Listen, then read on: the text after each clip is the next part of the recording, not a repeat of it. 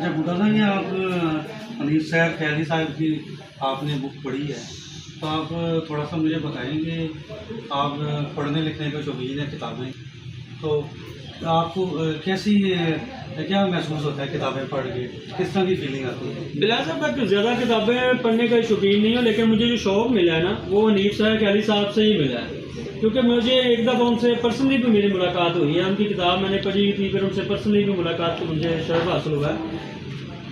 तो उसका ये हुआ कि मैंने जो उनकी ज़िंदगी स्टडी की है ना, उनको एक जिस तरह पाया, उसके बाद मैंने बुक स्टडी करनी शुरू की, तो मुझे इसके ज़िंदगी के पूरे रंग नज़र आए हैं। मुझे ऐसे महसूस होता है जब मैं पढ़ता हूँ जैसे ये किताब शायद मेरे ऊपर ही लिखी गई है।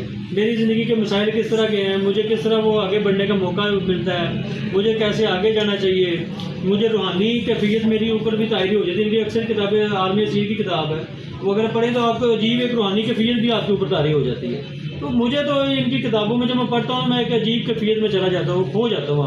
मुझे खुद ही समझ नहीं आती कि मैं शायद यहाँ बैठा हूँ या किसी और तखयलाती तौर पर कहीं और पहुँच जाता हूँ मैं। तो ये इनकी किताबों के अंदर एक जादू है, समझ लें।